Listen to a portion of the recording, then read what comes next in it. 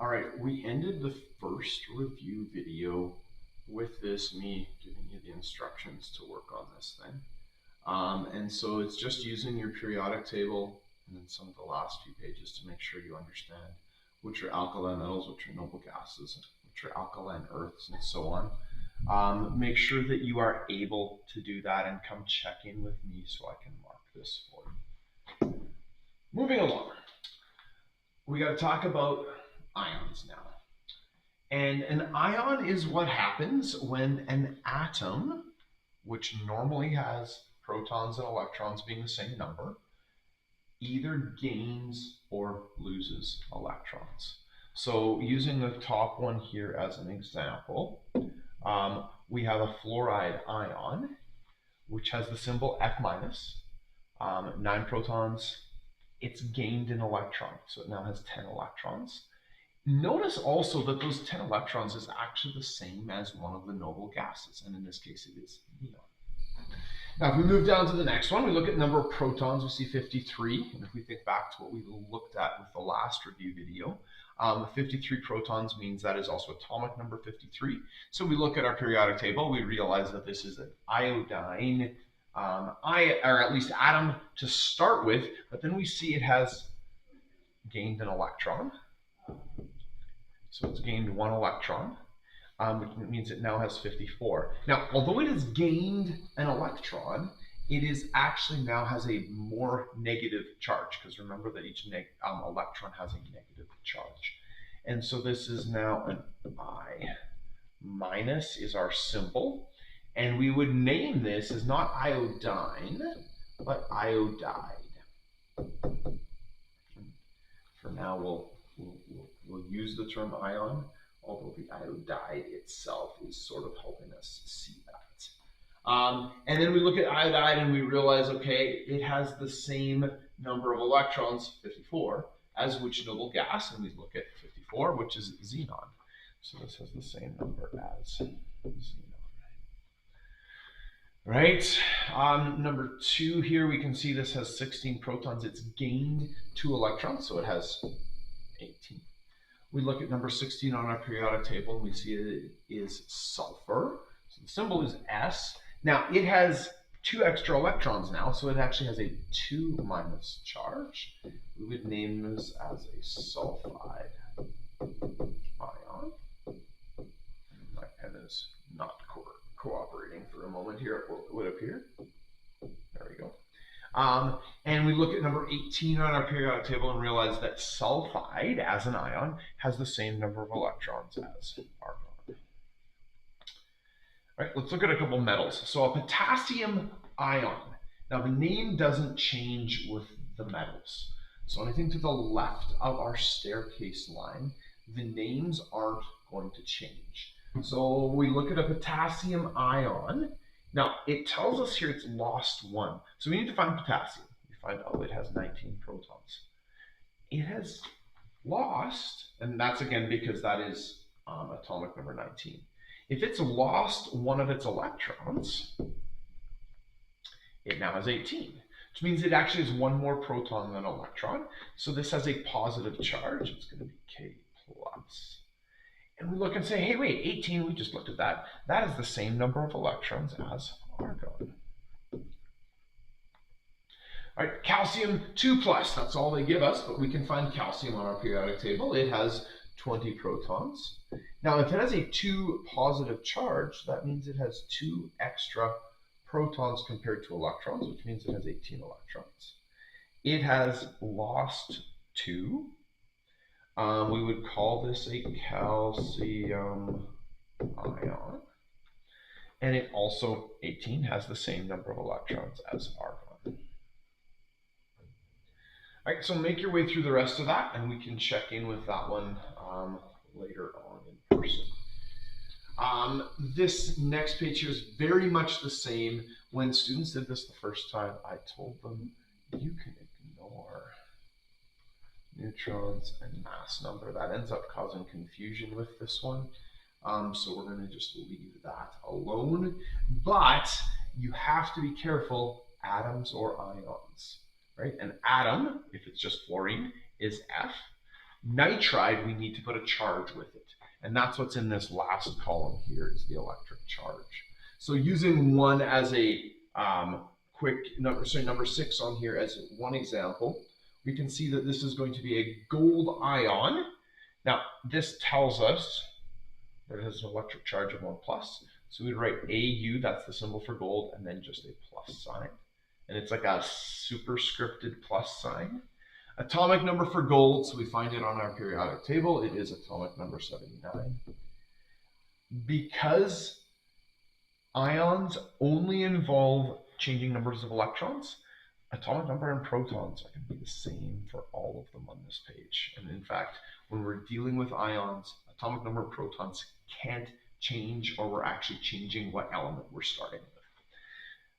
Electrons here, so if it has a 1 plus charge, it has 1 more proton than electron, so this is going to be 78. And then let's do one more just for fun. Let's look at number 8.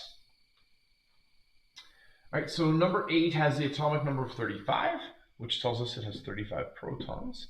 It also tells us it has 35 electrons, which means the electric charge is 0. How are we getting electric charge? Well, we're going protons minus electrons. All right, and it's like integer or addition there, or subtraction, I guess it would be. And so you are negatives count, and it is protons minus electrons. So 35 minus 35 is 0. I now find element number 35, which is going to be bromine. Now it is an atom, so it's just Br. And this is going to be a bromine atom. All right, so give this a try to continue. This is dealing with ions. All right, and then we've got this lovely little review bit. And some of this is just trying to get you guys to think about names of ions and things like that. I'm going to give you a couple of them right off the bat here, and then you guys can work your way through the rest of it. Some of it is periodic table review stuff. Others is things that are used to be in the curriculum. So like number 24, don't do it. We did talk about 23, but I'll give you this. Scientists introduce the word atom and use experimental evidence. So the word atom actually comes from a Greek guy named Democritus, but he did not use experimental evidence. The one we're talking about here is John Dalton.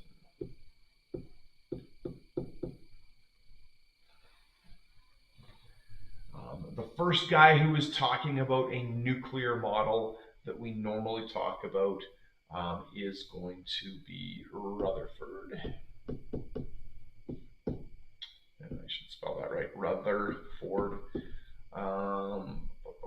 Is there any others here? Let me just double check. I don't think there's too many more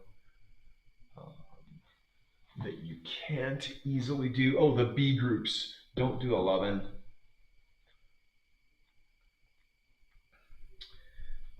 Number 10, we've briefly talked about reactivity trends. And so most reactive metal is in the bottom left-hand corner, so that would be francium. Most reactive non-metal, top right-hand corner that is not a noble gas would be fluorine.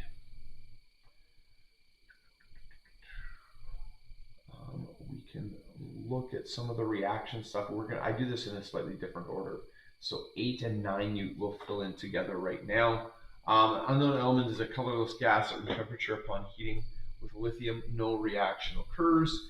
Family of elements to which the unknown element probably belongs is noble gases. They are very unreactive.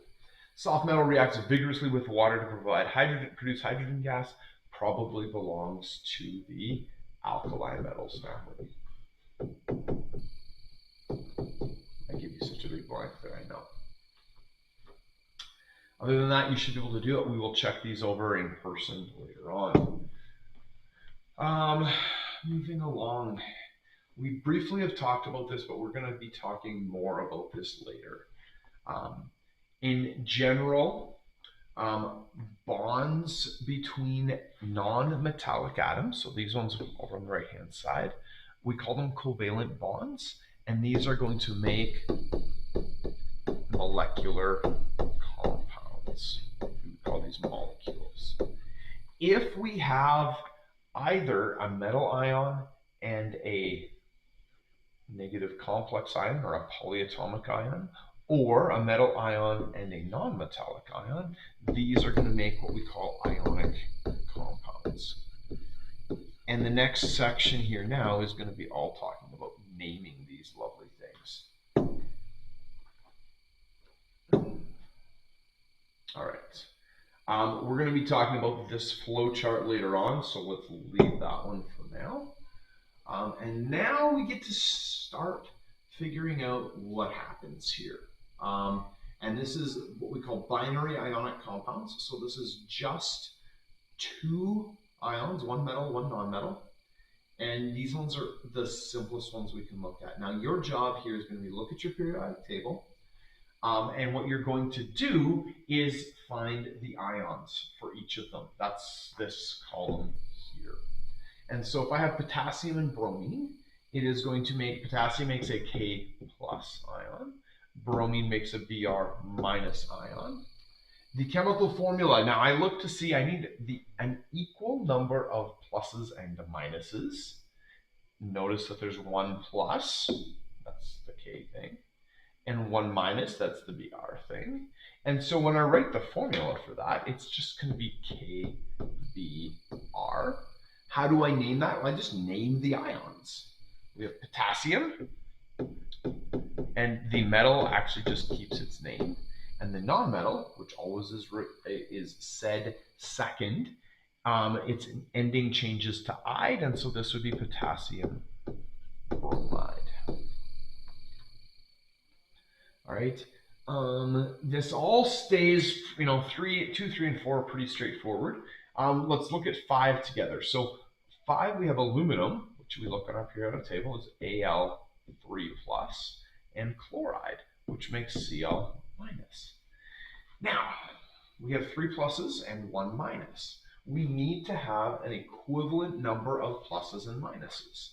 And so what we got to look at is, what do I multiply the minus thing by so that there is the same number of pluses and minuses? In this case, I need to have 3 of the Cl minuses. So I multiply it by 3, essentially. And that computer became annoying.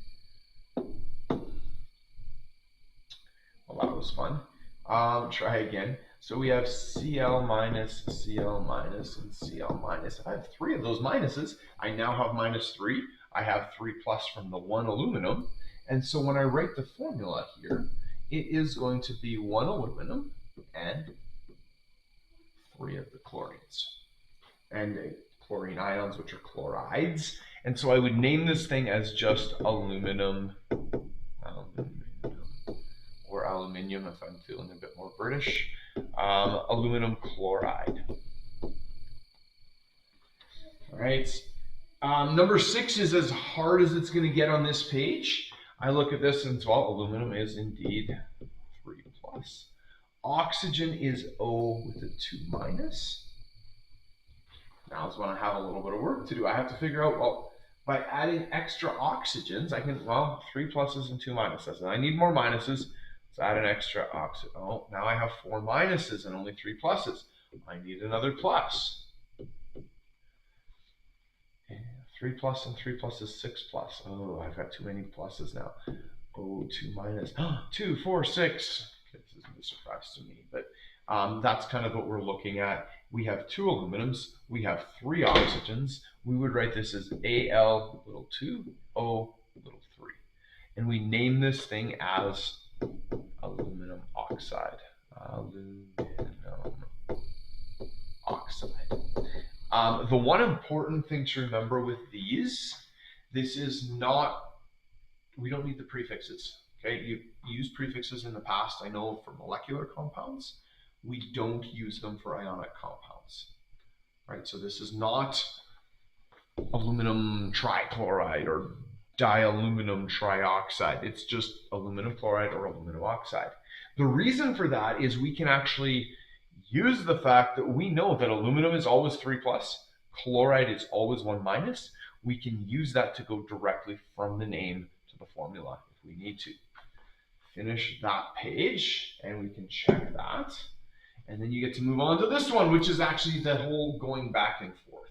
Now, if you ever are struggling on any of these ones, this kind of showing your work, as in writing out enough of each ion so that you have the right charges, so that the charges balance each other out, is a great way to do that. Now, some of these, for example, potassium iodide, you are probably going to go, hey, K plus, I minus, one of each. I can do that without too much work. That's Ki.